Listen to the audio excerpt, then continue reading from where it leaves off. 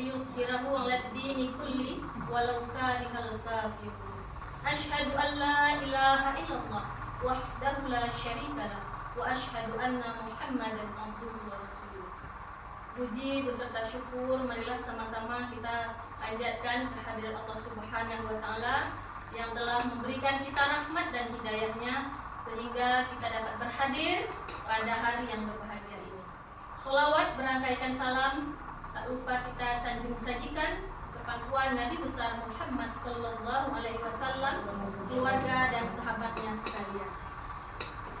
Bapak Ibu yang saya hormati, izinkan saya pada hari ini untuk menyebarkan pemahaman saya, yaitu diseminasi modul 1.4 tentang budaya positif, yang mana nantinya semoga budaya positif yang saya jabarkan pada hari ini dapat kita terapkan pada SD kita, yaitu SD Negeri Cintaraja, untuk mewujudkan siswa-siswi kita yang lebih berkarakter. Adapun agenda topik budaya positif yang akan saya jabarkan pada hari ini, yang pertama yaitu perubahan paradigma, yang kedua disiplin positif dan nilai-nilai kebajikan, kemudian motivasi perilaku manusia, yang keempat yaitu kebutuhan dasar manusia, yang kelima yaitu 5 posisi kontrol restitusi, yang keenam keyakinan kelas, dan yang terakhir adalah yang ketujuh segitiga restitusi. Oke, Pak. Nah, Bapak Ibu sekalian, mari kita perhatikan tujuan pendidikan menurut Ki Hajar Dewantara. Nah, menurut Ki Hajar Dewantara, tujuan pendidikan adalah menuntun segala kodrat yang ada pada anak agar anak tersebut dapat mencapai keselamatan dan kebahagiaan yang setinggi-tingginya, baik sebagai manusia maupun sebagai anggota masyarakat. Nah, di sini Bapak Ibu sekalian, kita sebagai pendidik hanya menuntun laku anak, hanya menuntun bagaimana dasarnya anak. Nah, setiap anak memiliki potensi, karakter, dan kebutuhan yang berbeda. Maka dari itu tugas kita lah untuk menuntun anak tersebut, membangkitkan, mengeksplor potensi yang ada pada anak, untuk mengembangkan karakter-karakter pada anak. Kemudian juga pendidikan ini juga harus disesuaikan dengan kodrat alam dan kodrat zaman. Ada yang bertanya, Bapak Ibu, apa itu kodrat alam ataupun kodrat zaman? Ada yang bisa memberikan pendapat? Oke, Bapak Ibu. Nah, kodrat alam di sini yaitu kodrat yang ada pada anak, yaitu potensi. Karakter anak itu adalah kodrat alam yang harus kita perhatikan. Jadi dalam pembelajaran juga kita harus mengidentifikasi bagaimana karakter anak, agar apa? Pembelajaran yang kita lakukan sesuai dengan karakteristik anak. Kemudian kita harus menyesuaikan dengan kodrat zaman, yaitu kondisi sekarang. Nah, kita perhatikan kondisi sekarang, yaitu di era globalisasi, teknologi semakin canggih, berbeda dengan dahulu. Kalau dahulu mungkin media pembelajaran kita hanya berupa media cetak, buku. Kalau sekarang kan bisa melalui HP, internet. Kemudian seperti ini ada infocus, ya. Jadi harus kita sesuaikan supaya anak memiliki keterampilan abad 21. Oke, Pak. Nah, perhatikan Bapak Ibu semua, inilah materi kita masukin pembahasannya, budaya positif. Apa itu budaya positif? Kita perhatikan, budaya positif di sekolah adalah nilai dan kebiasaan di sekolah yang berpihak pada murid, agar mereka dapat berkembang menjadi pribadi yang lebih baik, penuh hormat dan bertanggung jawab sesuai dengan profil pelajar Pancasila. Jadi budaya positif di sini yaitu nilai-nilai kebaikan yang akan kita terapkan di sekolah kita, khususnya pada anak didik kita. Karena di sini fokus kita adalah pada anak didik. Nah, yang kedua ini adalah perubahan paradigma. Paradigma ini kan pemikiran ya Bapak Ibu ya. Perubahan paradigma, pembelajaran paradigma baru ya, merupakan pembelajaran yang dirancang berdasarkan prinsip pembelajaran berdiferensiasi. Kenapa berdiferensiasi? Nah, pembelajaran yang kita rancang kalau dahulu itu belum berdiferensiasi. Artinya kita belum menyesuaikan kebutuhan anak. Kita belum menyesuaikan dengan karakteristik anak. Tapi dengan paradigma baru, pemikiran baru, jadi di sini diterapkan pembelajaran berdiferensiasi. Artinya sebelum kita melaksanakan pembelajaran, kita mendiagnostik dulu, melakukan asesmen diagnostik. Di sini kita bisa mengetahui apa karakter anak, potensi anak itu bagaimana, apa yang dia butuhkan, apa kesukaannya, sehingga kita bisa menyesuaikan pembelajaran sesuai dengan karakteristik. Berikutnya, mengubah paradigma stimulus respon kepada pendekatan teori kontrol. Kita lihat pada pembahasan ini, stimulus respon. Nah, ternyata kalau pada paradigma stimulus respon itu realita atau kebutuhan kita sama. Kita menganggap bahwa anak didik kita itu sama. Semua kebutuhannya sama, potensinya sama, karakter sama, sehingga kita menyediakan pembelajaran kita sama ratakan. Ternyata menurut teori kontrol, kebutuhan kita itu berbeda. Ternyata anak itu mempunyai potensi yang berbeda. Makanya harus kita sesuaikan. Mungkin ada anak yang suka dengan pembelajaran visual, dia suka dengan melihat saja.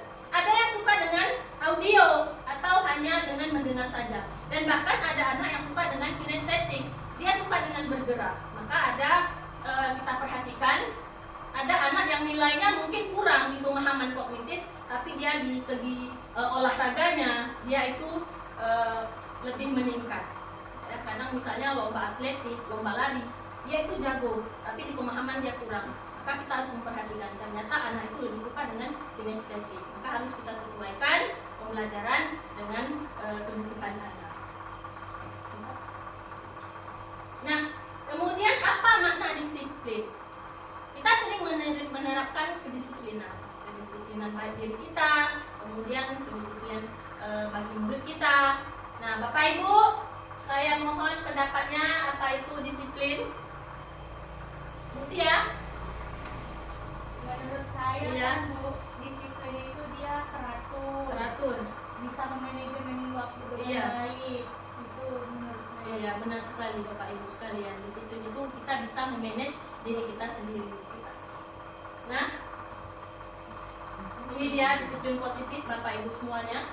Disiplin berasal dari kata disiplina yang berarti itu belajar. Artinya di sini sebagai pendidik, tujuan kita menciptakan peserta didik yang memiliki disiplin sehingga mereka berperilaku mengacu pada nilai-nilai kebajikan. Jadi disiplin ini kita bisa menghargai diri kita sendiri, kesadaran kita untuk melaksanakan tanggung jawab kita. Nah, misalnya kedisiplinan dalam bersekolah, datang di tepat waktu. Nah, jadi itu berasal dari diri kita sendiri. Ada juga yang dari orang lain, memotivasi diri kita sendiri. Oke, Pak. Nah, berikutnya nilai-nilai kebajikan. Apa itu nilai-nilai kebajikan? Sifat-sifat positif manusia. Yang tujuannya ingin dicapai oleh setiap individu. Nah, ini adalah contoh-contoh nilai kebajikan yang sering kita terapkan adalah nilai profil pelajar Pancasila, ya, yaitu beriman dan bertakwa kepada Tuhan Yang Maha Esa dan berakhlak mulia. Contohnya berkebinekaan global, gotong royong, mandiri, kreatif, dan bernalar kritis. Ini yang biasa kita terapkan di sekolah kita. Nah, ini contoh-contoh dari nilai-nilai kebajikan, yaitu nilai-nilai positif yang mau kita terapkan kepada anak. Nah, ternyata ibu-ibu semuanya, bapak ibu semuanya, kita sebagai manusia memiliki kebutuhan dasar. Nah, kebutuhan dasar manusia adalah segala sesuatu yang kita lakukan, yang kita inginkan, yaitu tindakan-tindakan yang kita lakukan memiliki tujuan tertentu. Nah, ternyata kita ini memiliki kebutuhan Bapak Ibu semuanya, termasuk peserta didik juga memiliki kebutuhan dasar. Nah, apa-apa saja kebutuhan dasarnya? Coba kita perhatikan. Selanjutnya.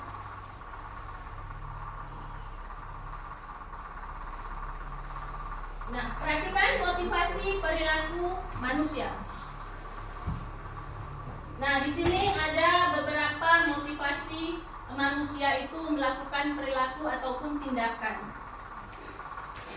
Ada yang bersifat eksternal, ada yang bersifat internal. Tindakan kita.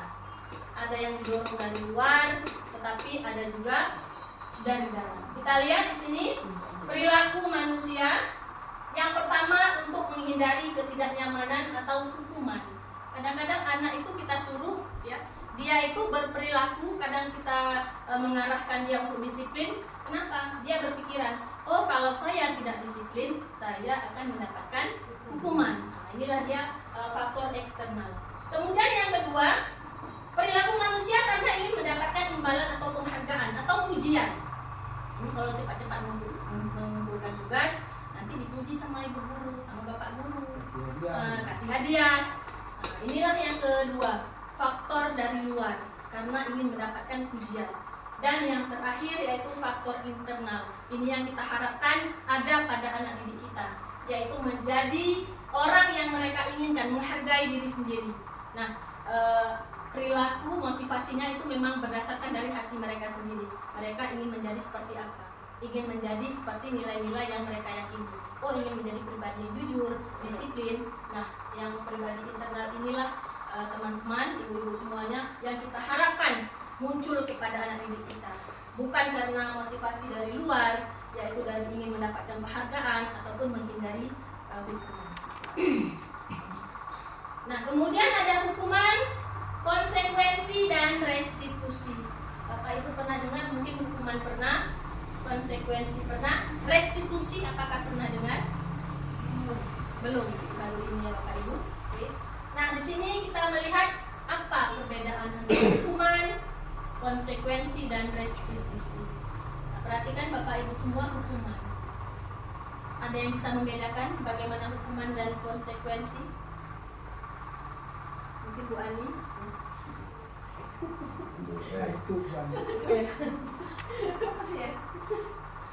Ya Bu, Ya, itu ya, misalnya Bu. langsung misalnya kalau nggak buat PR gua ambil kutip sampah. Tapi kalau konsekuensi itu sudah ada kesepakatan dari awal. Iya. Misalnya kalau melanggar aturan bisa dikenakan sanksi. Iya, benar sekali Bapak Ibu. Yang lain ada yang memberikan tanggapan? Ada. Nah, restitusi. Itu upaya akhir ya. Iya. Upayanya supaya apa sih solusinya? Iya, benar sekali Bapak Ibu sekalian. Jadi kalau hukuman itu dia pelanggaran, ya tindakan terhadap pelanggaran, tapi kita spontan, dia tidak mempunyai peraturan. Terkadang kita memberikan hukuman itu yang bersifat menyakiti anak. Artinya bukan menyakiti seperti apa, kadang fisiknya ataupun kadang melalui perkataan secara verbal ataupun non verbal. Kadang tidak nyambung apa hukumannya dengan pelanggarannya. Jadi kadang datang terlambat, berdiri di tiang bendera selama 1 jam. Jadi kan tidak nyambung itu ya, artinya peraturannya itu tidak sesuai dengan apa yang kesalahan anak tersebut. Kemudian kalau konsekuensi, nah di sini pelanggaran yang dilakukan anak kita memberikan tindakan, tapi sudah ada aturannya, sudah ada aturan yang disepakati. Misalnya di peraturan kelas atau peraturan sekolah, datang tepat waktu. Nah, jadi kalau tidak datang tepat waktu, bagaimana? Oh, ketika melaksanakan pembelajaran sesuaikan. Misalnya dia terlambat 10 menit, maka waktu jam istirahat dikurangi waktunya 10 menit itu kita biarkan anak yang lain untuk istirahat, dia tinggal di kelas untuk membahas materi yang sudah ketinggalannya, seperti itu ya. Kemudian restitusi, di sini proses menciptakan kondisi bagi anak memperbaiki kesalahannya. Dari kesalahan anak, apa yang dilakukan pelanggarannya, di sini kita mencoba kepada anak terbuka. Kenapa bisa melakukan kesalahan tersebut, nak?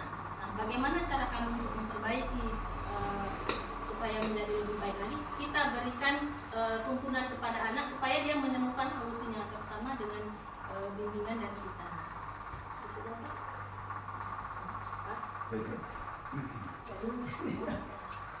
Nah, tadi kan sudah kita bedakan ya Bapak Ibu, yang mana hukuman dan yang mana konsekuensi. Nah, sekarang coba kita jawab pertanyaan. Sekarang saya minta Bapak Ibu untuk menganalisa pertanyaan ini. Nanti akan kita jawab. Iya. Nomor 1 hukuman. Nomor 1, kita lihat. Mencatat 100 kali di buku dengan kalimat saya tidak akan terlambat lagi karena pelanggarannya dia terlambat ke sekolah. Nah, kira-kira ini hukuman atau konsekuensi? Hukuman. Apa hukuman? Karena dia spontan. Iya, dia spontan. Tidak hukuman tersebut diberikan. Iya, tidak ada kesepakatan. Yang kedua, Lari mengelilingi lapangan halaman sekolah 3 kali karena terlambat hadir ke sekolah. Oke, hukuman. Nomor 3, membersihkan coretan yang dibuatnya di meja tulis. Gimana Bapak Ibu? Membersihkan coretan yang dibuatnya di meja tulis. Dia buat coretan di meja tulis, kemudian guru menyuruh membersihkan. Ini dua aja konsekuensi. Ya, konsekuensi. Artinya apa yang dilakukannya dia harus bertanggung jawab. Oke, baik Bapak Ibu. Selanjutnya, menggantikan kertas tugas temannya yang telah dicoret-coret.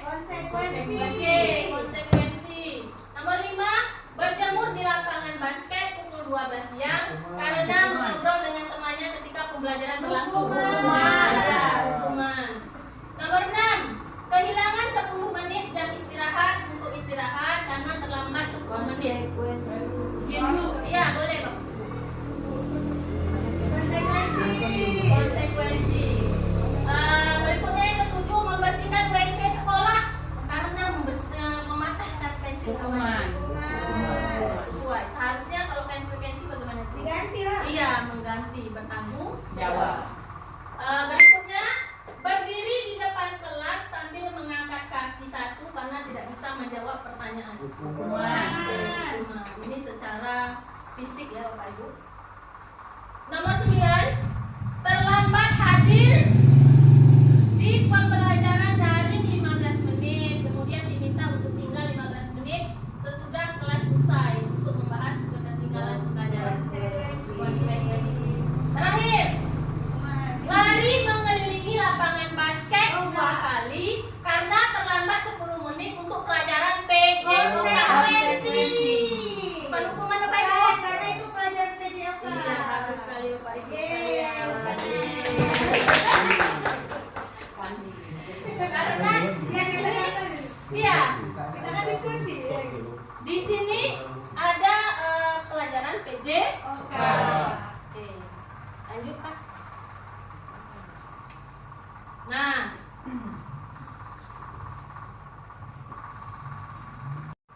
Bapak Ibu sekalian perhatikan ini 5 kebutuhan dasar manusia. Nah ini yang saya sebutkan tadi, ternyata kita manusia ini mempunyai kebutuhan dasar. Begitu juga anak. Yang mana jika kebutuhan ini tidak terpenuhi, maka kita lihat tindakan-tindakan anak yang tidak sesuai. Nah yang pertama, kebutuhan untuk bertahan hidup. Yang kedua, kebutuhan kasih sayang dan rasa diterima. Kemudian yang ketiga, kebutuhan penguasaan. Yang keempat, kebebasan. Dan yang kelima, kesenangan. Nah kita perhatikan kebutuhan untuk bertahan hidup. Nah ini contohnya kebutuhan akan makanan, pakaian, tempat tinggal, dan keamanan. Nah kalau kita perhatikan di kelas, nanti kita terdapat ada kasus anak kadang mengambil makanan kawannya, mencuri makanan temannya. Nah, jadi kita perhatikan dulu kenapa anak tersebut bisa mengambil makanan temannya. Ternyata ada satu kebutuhan yang tidak terpenuhi, yaitu kebutuhan untuk bertahan hidup, makanan. Mungkin di rumah orang tua tidak menyediakan makanan, mungkin dia lupa untuk makan pagi di rumah, ataupun orang tuanya sibuk sehingga tidak sempat untuk menyediakan makanan bagi anaknya, sehingga dia di sekolah berulah diambil makanan temannya. Kan sini kita lakukan restitusi. Nah, kita lakukan kita biarkan dia untuk terbuka untuk menyelesaikan masalahnya. Bagaimana ini? Kenapa anak tersebut mengambil? Nah, ini kita identifikasi dulu kenapa anak bisa mengambil milik temannya. Ternyata kebutuhan bertahan hidupnya itu tidak terpenuhi, yaitu di bagian makanan. Yang kedua yaitu kebutuhan kasih sayang dan rasa diterima. Itu berkaitan dengan rasa diterima, disayang, diperdulikan, kemudian berbagi dan bekerja sama. Kadang kita lihat kalau di dalam kelas anak itu cari perhatian, sedikit-sedikit nanti tunjuk tangan, nah kemudian bertingkah seolah-olah ingin mencari perhatian lebih dari gurunya. Ternyata mereka itu untuk mendapatkan kebutuhan kasih sayang, yaitu rasa diterima oleh gurunya, baik dari gurunya maupun dari temannya, kawan-kawannya. Kemudian yang ketiga yaitu kebutuhan dasar manusia penguasaan, di mana di sini keinginan untuk dianggap, untuk dihargai, diakui prestasinya.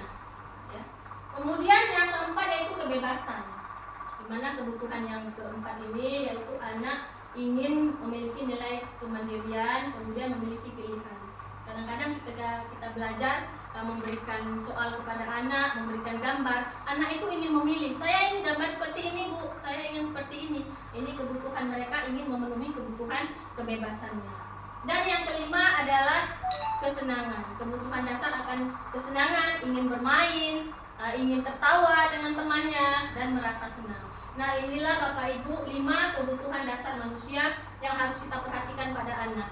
Jadi kalau salah satu kebutuhan ini tidak terpenuhi, maka anak akan bertindak agar kebutuhan tersebut terpenuhi. Nah,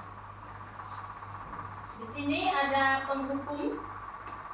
Ya, nanti ada penghukum. Kemudian ada tadi kan ada cerita tentang hukuman, ya. Nah, jadi di sini ada posisi manusia sebagai penghukum. Kita perhatikan di sini.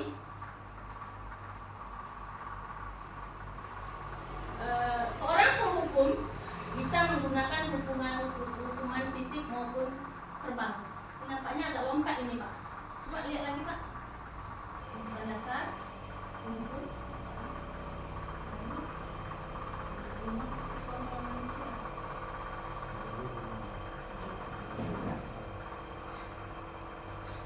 Perhatikan Bapak Ibu semua, di sini ada 5 posisi kontrol manusia.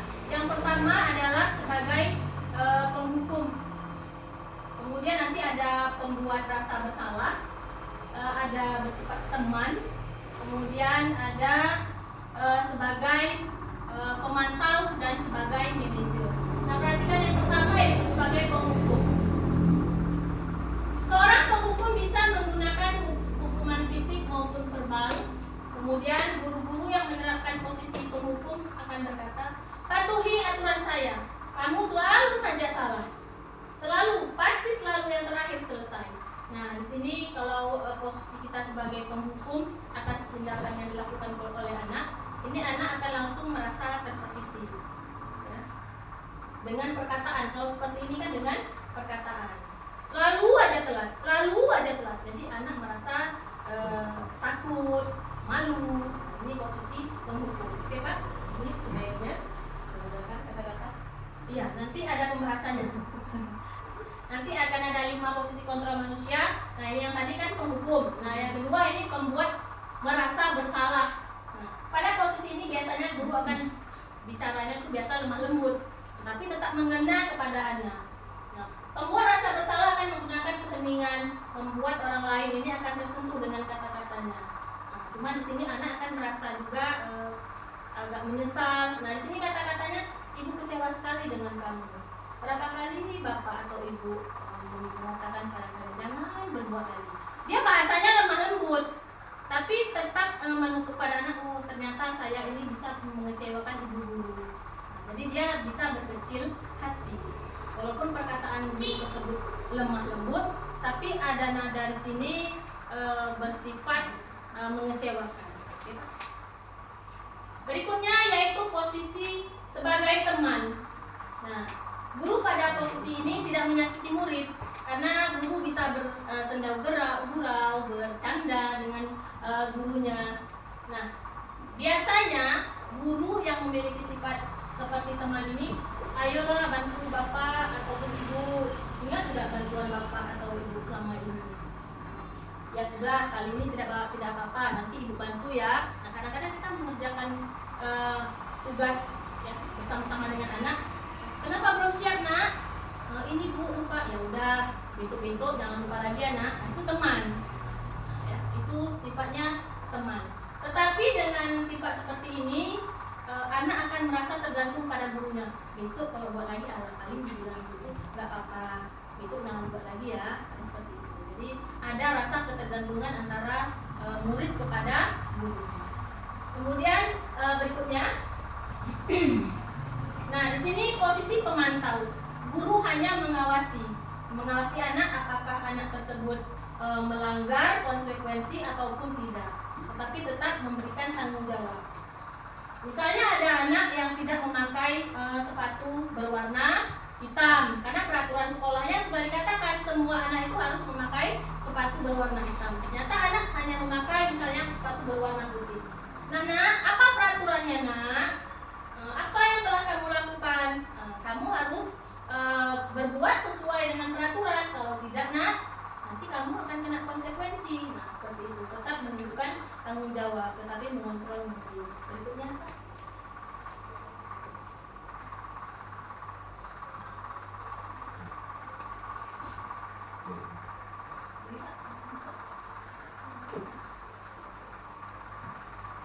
Nah, ini contoh penerapan 5 posisi kontrol guru. Kita perhatikan di sini. Kasusnya murid datang ke sekolah tidak menggunakan sepatu berwarna hitam. Nah, kalau dia posisi penghukum, begitu ada murid yang tidak memakai sepatu hitam, kita suruh anak tersebut berdiri di depan kelas selama 1 jam. Ini posisi penghukum. Langsung anak tersebut kita berikan tindakan. Di sini anak tersebut merasakan sakit, kesakitan, tetapi dari dalam dirinya. Kemudian anak tersebut kita buat malu, takut. Kemudian berikutnya ini posisi pembuat rasa bersalah. Ini masih tentang anak yang memakai sepatu tidak berwarna hitam tadi. Berapa kali Bapak harus memberitahu kalian? Bapak kecewa sekali lah. Kenapa dipakai juga sepatu yang seperti itu? Nah, di sini bapak ataupun ibu gurunya ya berbicara tetap lemah lembut, tapi mengena kepada anak. Anak tetap merasa berkecil hati. Kemudian posisi sebagai teman. Nah, di sini terdapat perkataan, ayo dong ikuti aturan sekolah. Tolong bantu bapak kali ini ya, atau tolong bantu ibu kali ini ya. Nanti bukan apa, bapak dimarah sama ibu kepala sekolah. Itu anggapan sebagai teman. Nah, berikutnya sebagai pemantau. Nah, pada posisi pemantau di sini ketika menghadapi anak yang tidak memakai sepatu berwarna hitam, kamu sudah melanggar peraturan sekolah, nak. Kamu tahu kan konsekuensinya itu apa? Nah, setelah ini ambil sepatu, pulang sekolah, pulang dari setelah apel pagi, pulang ke rumah, ambil sepatunya, pakai sepatu yang berwarna hitam. Ini posisi pemantau. Nah, sekarang posisi manajer. Inilah yang dibutuhkan oleh guru. Di sini di posisi manajer ini kita sebagai guru memberikan kesempatan kepada anak mengakui kesalahannya. Setelah mengakui kesalahannya, kita tuntut anak bagaimana anak itu bertanggung jawab untuk tidak mengulangi kesalahannya. Untuk bukti ya. Nah, di sini perkataan sebagai manajer, apakah kamu tahu kesalahanmu? Kira-kira bagaimana kamu memperbaikinya? Jadi kita tanyakan kepada anak, kamu kesalahanmu tahu? Tahu, misalnya jawabannya. Kira-kira kalau kamu memakai sepatu berwarna hitam itu bagus atau tidak? Tidak, kenapa? Tidak sesuai dengan peraturan sekolah. Nah, jadi bagaimana cara kamu untuk memperbaikinya, nak?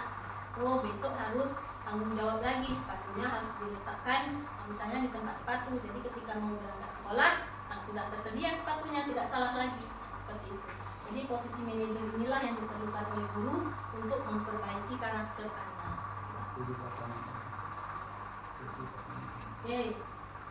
Berikutnya yaitu keyakinan kelas. Ya, di keyakinan kelas. Di sini ada pertanyaan. Mengapa keyakinan kelas? Mengapa bukan peraturan kelas? Ada yang bisa jawab Bapak Ibu? Ada yang bisa membedakan itu keyakinan kelas, apa itu peraturan kelas? Minta bapaknya apa? Pas, Pak.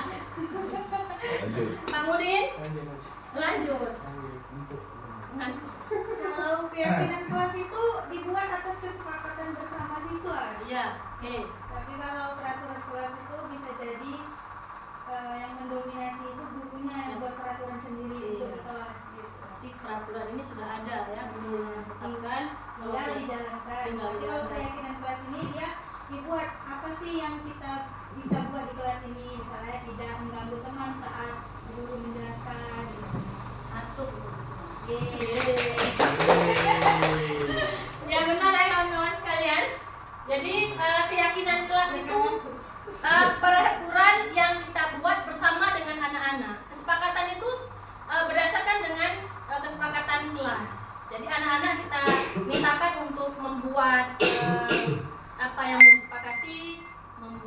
kesepakatan kelas tersebut, mereka mencoba untuk mengeluarkan pendapatnya. Ya. Kita minta anak-anak tersebut apa ya kira-kira kesepakatan kelas yang mau kita buat. Nah, setelah itu baru disepakati secara bersama-sama. Sedangkan peraturan kelas itu peraturan yang sudah ada. Ya, gurunya atau sekolahnya yang membuatnya, tinggal anak-anak hanya menjalankannya saja. Nah, ini dia.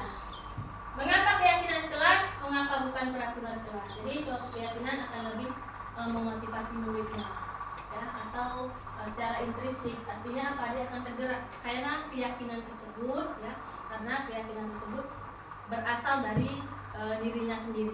Dia yang mengeluarkan pendapat, kemudian disepakati secara bersama. Berbeda dengan peraturan kelas yang memang aturan tersebut sudah ada, mereka hanya menjalankan saja. Nah, ini cara-cara pembentukan kelas, ya, pembentukan keyakinan kelas. Yang pertama, keyakinan kelas itu bersifat lebih abstrak, artinya ada perwujudannya tapi tidak nampak. Seperti di sini peraturan kelasnya datang tepat waktu, ya. Di sini nampak wujudnya itu, ya. Kemudian keyakinan kelas berupa pernyataan yang universal, artinya yang bersifat menyeluruh, ya. Kemudian dibuat itu berdasarkan keyakinan satu kelas bersama, ya, Pak. Nah, ini prosedur pembentukan keyakinan kelas. Ini bisa kita terapkan Bapak Ibu semuanya dalam kelas kita sehingga bisa dijalankan oleh anak-anak kita bersama. Nah, perhatikan yang pertama. Nah, bagaimana cara membentuk keyakinan kelas, membentuk keyakinan kelas di dalam kelas kita, ya. Yang pertama, kita mempersilahkan murid-murid tersebut, ya, pendapatnya tulis di kertas ataupun kita tuliskan di papan tulis. Masing-masing anak mengeluarkan pendapatnya. Apa peraturan yang mau kita buat? Yang kedua, kita catat masukan-masukan anak tersebut, kita catat. Yang ketiga, kita susun sesuai dengan prosedur. Kita ganti kalimat sesuai dengan kalimat yang positif. Misalnya, kalau membuat peraturan kelas, tidak membuang sampah sembarangan. Bisa diganti dengan tidaknya itu, kalau kita ganti dengan kalimat positif bagaimana? Tidak membuang sampah sembarangan. Buang sampah di tempat. Iya, membuang sampah di tempatnya. Kemudian tidak terlambat hadir ke sekolah. Bagaimana kalimat positifnya? Hadir sekolah tepat waktu. Iya, hadir tepat waktu. Jadi kita ubah kalimat yang negatif, kata tidak itu menjadi kalimat yang positif. Kemudian berikutnya kita tinjau kembali curah pendapat anak yang sudah kita catat itu, kita analisis kembali untuk kemudian kita bersama-sama membuat kesepakatan kelas. Setelah kita setujui, barulah kita sebagai guru itu membuatnya, ya, di kertas ataupun di print, baru kita tempel. Nah, di sini kita membuat juga konsekuensi apa yang sudah kita tetapkan bersama, bagaimana jika siswa tersebut melanggarnya. Nah, berikutnya yaitu pembahasan terakhir kita, segitiga restitusi. Pernah dengar Bapak Ibu segitiga restitusi? Segitiga bermuda.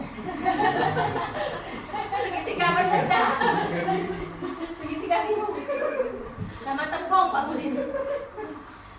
Oke, segitiga restitusi ini suatu proses dialog yang dijalankan oleh guru agar dapat menghasilkan murid yang bermandiri. Jadi dalam segitiga restitusi ada di sini kegiatan kita menstabilkan identitas, ada validasi tindakan yang salah, kemudian ada menanyakan tindakan keyakinan. Nah, misalnya begini Bapak Ibu, ada anak-anak yang berbuat kesalahan. Misalnya ada anak yang terlambat hadir ke sekolah, ini misalnya. Jadi dalam segitiga restitusi kita lakukan 3 kegiatan. Jadi tidak langsung menghukum anak, ya. Anak terlambat datang ke sekolah. Nah, kamu terlambat hari ini 15 menit, berdiri di tiang bendera 15 menit juga. Nah, itu kan berupa hukuman, ya. Hukuman, Pak. Hukuman, ya. Nah, yang harus dilakukan oleh guru adalah melakukan segitiga restitusi. Mana yang pertama? Menstabilkan identitas. Nah, kita lihat di sini. Menstabilkan identitas itu dengan kata-kata kita di sini kita konfirmasi anak, kita ekspor anak biar anak itu terbuka, nyaman. Kita panggil anak di luar kelasnya, kita masukkan ke dalam misalnya kantor guru, tidak di depan kelas, yang bisa membuat anak merasa malu, takut. Ya. Ada kata-kata seperti ini Bapak Ibu, anak berbuat salah itu tidak apa-apa. Nah, dalam arti setiap manusia itu pernah melakukan kesalahan. Ibu juga pernah melakukan kesalahan, nah, seperti itu. Jadi kita tidak mencari siapa yang salah, tetapi berusaha untuk memperbaiki kesalahan tersebut. Kemudian kita carikan solusi untuk menghadapi permasalahan ini. Kemudian yang kedua kita lakukan adalah validasi tindakan yang salah. Nah, di sini kita tanyakan kepada anak, nah, kamu tadi berbuat kesalahan, kamu melanggar keyakinan kelas. Tetapi ibu yakin kamu punya alasan mengapa kamu bisa membuat pelanggaran, melakukan hal itu. Dan yang terakhir yaitu kita menanyakan keyakinan. Nah, tadi kamu sudah melakukan kesalahan. Tahu nak apa keyakinan kelas kita? Oh, datang tepat waktu Bu, atau datang tidak terlambat. Kemudian nilai-nilai apa yang sudah kita sepakati secara bersama? Oh, datang Bu, hadir tepat pada waktunya. Kamu ingin menjadi anak yang seperti apa, nak? Misalnya jawabannya anak yang disiplin. Nah, dari situ kita berusaha untuk anak membantu bagaimana cara si anak agar besok ke depannya bisa memperbaiki kesalahannya. Nah, Bapak Ibu sekalian, mari kita dengarkan di sini. Ini adalah bentuk segitiga restitusi yang sudah saya buat.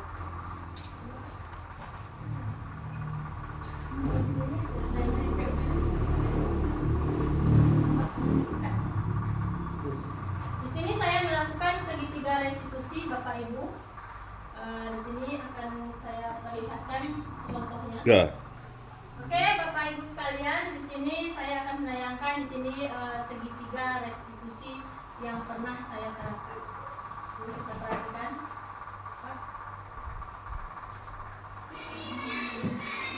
Ini kasus anak yang mencontek jawaban temannya.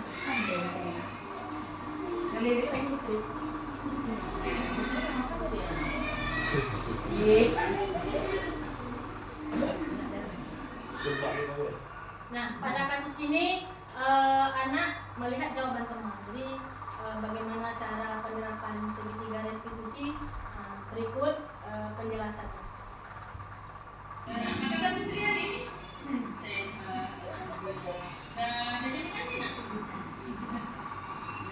Putri tadi di kelas ini ada lihat jawaban ijazah.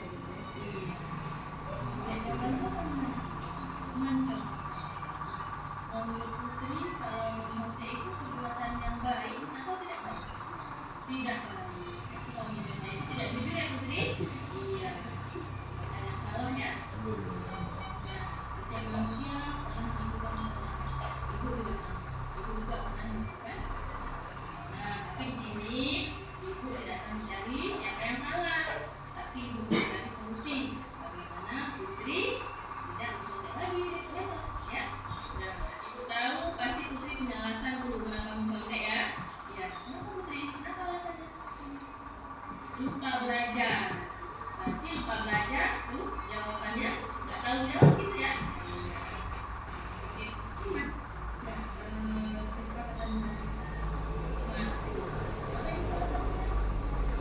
Dilarang mencontek, harus setuju kan? Iya. Jadi kalau begitu perbuatan yang baik, penting nggak buat Putri? Penting. Nah, jadi kita harus jujur dengan diri kita, ya Putri? Oke. Supaya Putri bisa melakukan supaya tidak mencontek lagi itu bagaimana?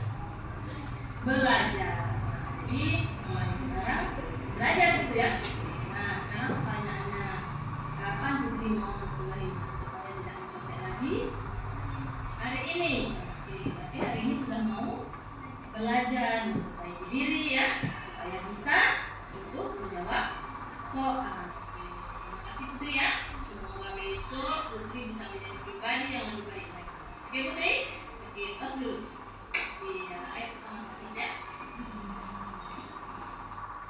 konsultasi coaching. Demikianlah Bapak Ibu tentang penerapan segitiga restitusi yang sudah saya buat, saya rancang skenario-nya. Jadi di sini ada anak yang mencontek jawaban temannya. Tetapi di sini bagaimana supaya anak tersebut tidak merasa bersalah, tidak merasa malu, tidak merasa takut. Jadi kita panggil anak tersebut ke dalam ruangan khusus ya.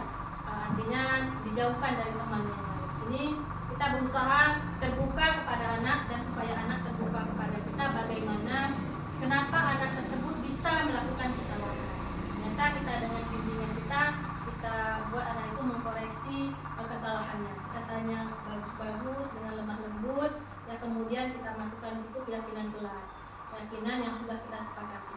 Jadi intinya di sini bagaimana usaha kita supaya anak tersebut bisa memperbaiki kesalahannya, supaya anak tersebut bisa menjadi pribadi yang lebih baik lagi.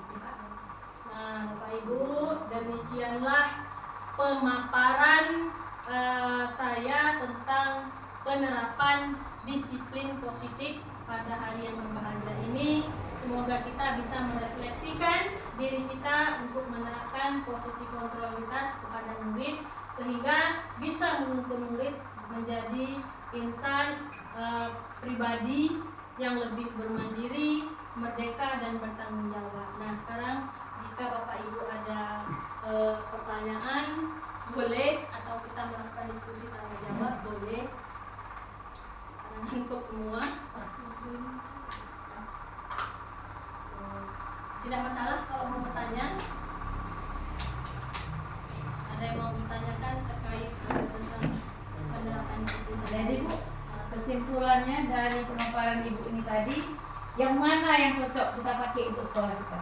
Iya, jadi dari 5 posisi kontrol Iya. guru terhadap murid, Iya. yang pertama tadi yaitu ada sebagai penghukum, Iya. yang kedua sebagai pembuat merasa bersalah, yang ketiga sebagai teman, yang kelima pemantau, dan yang keenam sebagai manajer.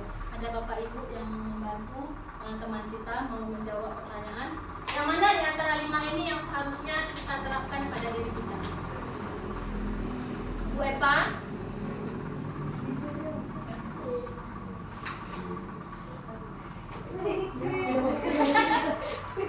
Gimana? Ya? Menurut saya yang bagusnya itu sebagai manajer. Jadi dia memberikan solusi juga tanpa mendukung, tanpa memihak satu pihak gitu. Jadi cari solusi sama-sama, kemudian selesaikan. Iya. Benar sekali Bapak Ibu. Jadi dari 5 posisi kontrol kita sebagai guru, memang yang harus kita terapkan adalah sebagai manajer. Pada posisi manajer ini kita berusaha untuk memperbaiki anak, kita menuntun anak tersebut ya secara lemah lembut supaya anak tersebut tidak merasa malu, tetapi anak tersebut bisa menyadari kesalahannya dan dari kesalahannya tersebut bisa memperbaiki dirinya.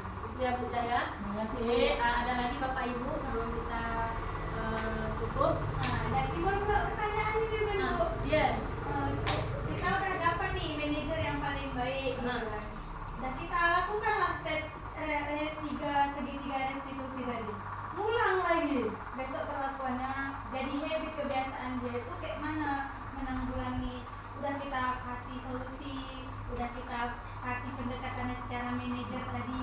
Besok lakukan lagi hal yang serupa. Kalau tadi kan contoh kasusnya mencontek, besok mencontek lagi dia, kita panggil lagi gitu. Nah, kayak mana Bu solusinya? Ada teman-teman yang membantu? Bu Pinar? Memang kasus rasa saya bukannya di sekolah ini saja ya.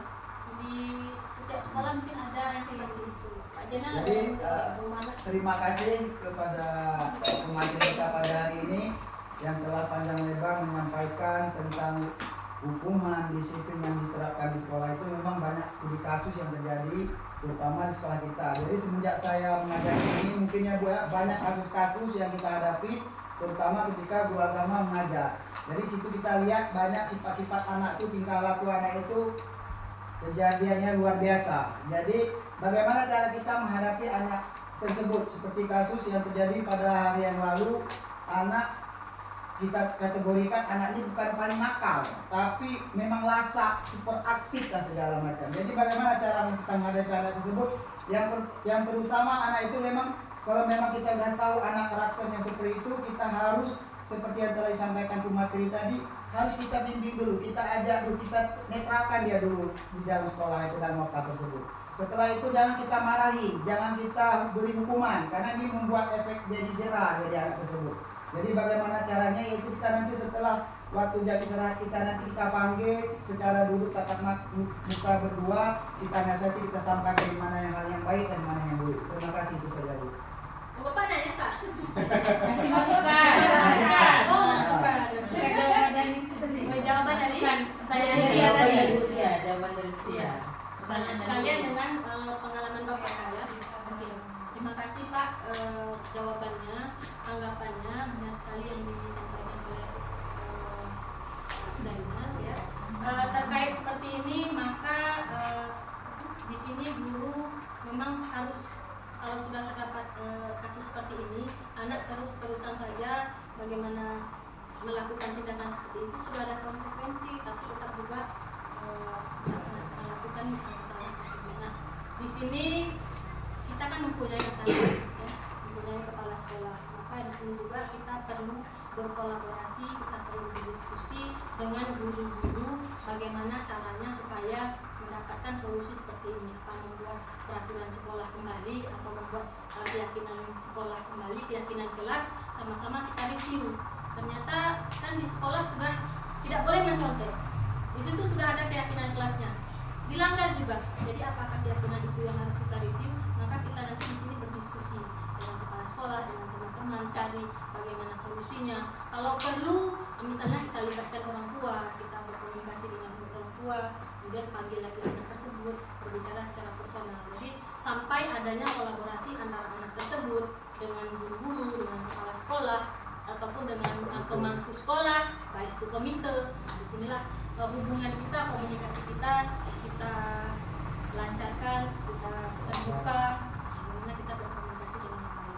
Saya rasa kalau ada komunikasi, keterbukaan, kolaborasi yang baik antara seluruh warga sekolah dengan pemangku sekolah, insya Allah bisa berjalan dengan lancar. Baik Bapak Ibu sekalian, terima kasih atas kesempatannya mau melapangkan waktunya pada hari ini untuk sesi berbagi saya tentang budaya positif. Semoga nantinya kedepannya sekolah kita menjadi lebih baik lagi dengan menciptakan karakter anak sesuai dengan budaya positif. Hanya demikian yang dapat saya sampaikan. Lebih dan kurang saya mohon maaf. Billahi taufiq wal hidayah. Wassalamualaikum warahmatullahi wabarakatuh. Waalaikumsalam warahmatullahi wabarakatuh. Selamat Dek, mantap. Cepat.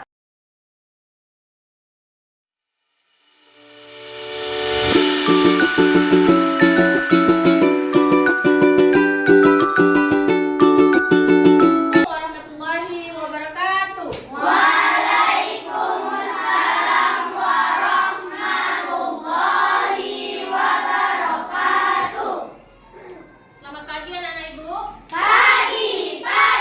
Pagi, yes. Sehat semua anak? Alhamdulillah, tetap semangat, luar biasa, Allahu Akbar. Alhamdulillah, pada pagi hari ini kita masih diberikan kesehatan oleh Allah untuk dapat mengikuti pembelajaran di sekolah. Nah, anak-anak ibu semuanya, kemarin kita ada janji ya bahwa hari ini kita mau membuat keyakinan kelas ya. Jadi nantinya keyakinan kelas yang sudah kita buat nanti akan kita sepakati bersama-sama supaya menerapkan disiplin positif di kelas kita dan juga di sekolah. Nah, anak-anak ibu semua di sini dalam membuat keyakinan kelas, ibu akan memberikan kertas. Nanti kalian akan mencurahkan pendapat kalian, gagasan kalian. Kira-kira keyakinan apa yang akan kita buat, yang akan kita sepakati di kelas kita. Ya nak ya? Oke, sekarang anak-anak ibu semua coba keluarkan pulpennya. Ini ada kertas akan ibu bagikan. Nah, anak-anak ibu semua boleh menuliskan kira-kira apa yang mau dibuat.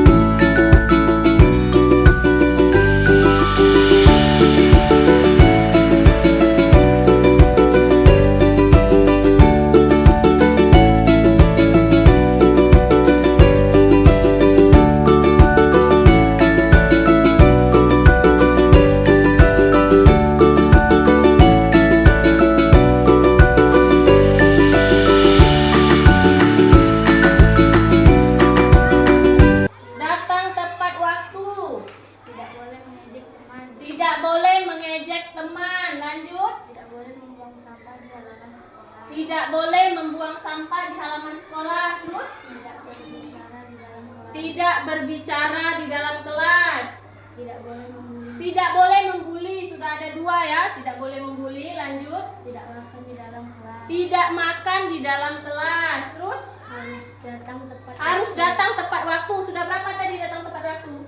2. Oke, lanjut. Tidak boleh ngomong kasar. Tidak boleh berbicara kasar. Tidak buang sampah dengan sembarangan. Tidak membuang sampah sembarangan. Tadi juga sudah ya. Oke, lanjut. Buang sampah pada tempat. Iya, buang sampah pada tempatnya. Terus? Tidak boleh membuli. Tidak boleh membuli lagi ya. Mendengarkan guru berbicara. Iya, mendengarkan guru berbicara. Terima kasih. Nah, anak-anak ibu semua, jadi di sini ya kita membuat keyakinan kelas ini, kita rubah. Ada kata-kata negatif, tidak boleh misalnya mengejek teman. Kita jadikan ke kalimat positif ya. Kalimat positif. Tadi kalau yang sudah berulang, kalimat apa saja yang berulang tadi, Nak? Ini ada datang tepat waktu. Kemudian tidak datang terlambat tadi ada ya? Ini juga ada. Kemudian tidak datang terlambat tadi ada ya? Kalau tidak datang terlambat berarti bahasa positifnya bagaimana? Tidak boleh datang tepat. Iya, datang tepat waktu. Oke, 1. Datang tepat waktu. Nah, kemudian ada juga pendapat teman-teman kita banyak yang tidak boleh membuli, tidak boleh berbicara kasar, tidak boleh membuli. Kalau bahasa positifnya bagaimana? Tidak boleh aja mengejek. Ya, tidak boleh ejek mengejek, tidaknya itu kita hilangkan. Kalau tadi kan tidak boleh datang terlambat, jadi datang tepat waktu bahasa yang benarnya. Kalau tidak boleh mengejek, tidak boleh membuli, bagaimana bahasa positifnya?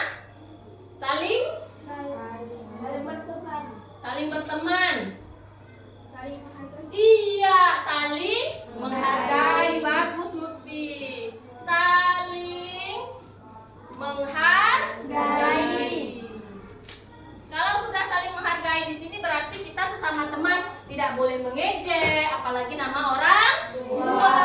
Tidak boleh membuli, itu sama saja dengan saling menghargai. Oke, berikutnya. Tidak boleh buang sampah di kelas. Tidak boleh membuang sampah di halaman. Kalau kita gunakan kata positifnya bagaimana? Iya, buang sampah pada tempatnya. Oke. Buang sampah pada tempatnya. Atau menjaga kebersihan. Iya, menjaga kebersihan.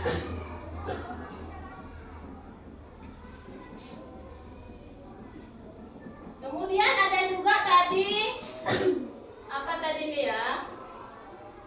Tidak boleh makan. Tidak boleh makan di kelas. Apa namanya? Tertib. Bagus. Tertib. Ini tertib ini berarti tidak makan di kelas ya. Menjaga keamanan kita itu namanya tertib. Kemudian tidak boleh mencontek. Harus apa berarti? Percaya diri. Percaya diri. Mandiri. Kalau mengerjakan ulangan sendiri itu apa namanya? Mandiri. Kalau tidak mencontek. Iya, apa namanya? Jujur. Bagus. Boleh tadi masuk ya, percaya diri. Kemudian jujur.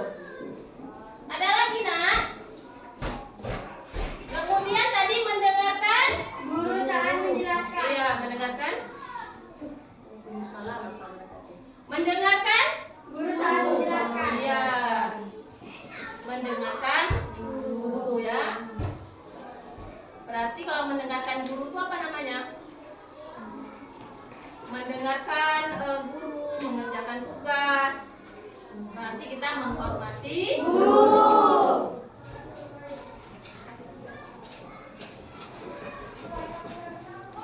Ada berapa poinnya, Nak? 7. Ada 7. Datang tepat waktu, saling menghargai, Buang sampah pada atau menjaga kebersihan. tertib, percaya diri, jujur, kemudian menghormati Guru. Bisa kita sepakati ini? Bisa. Kalau bisa nanti kita buat yang jadinya nanti kita tanda tangani bersama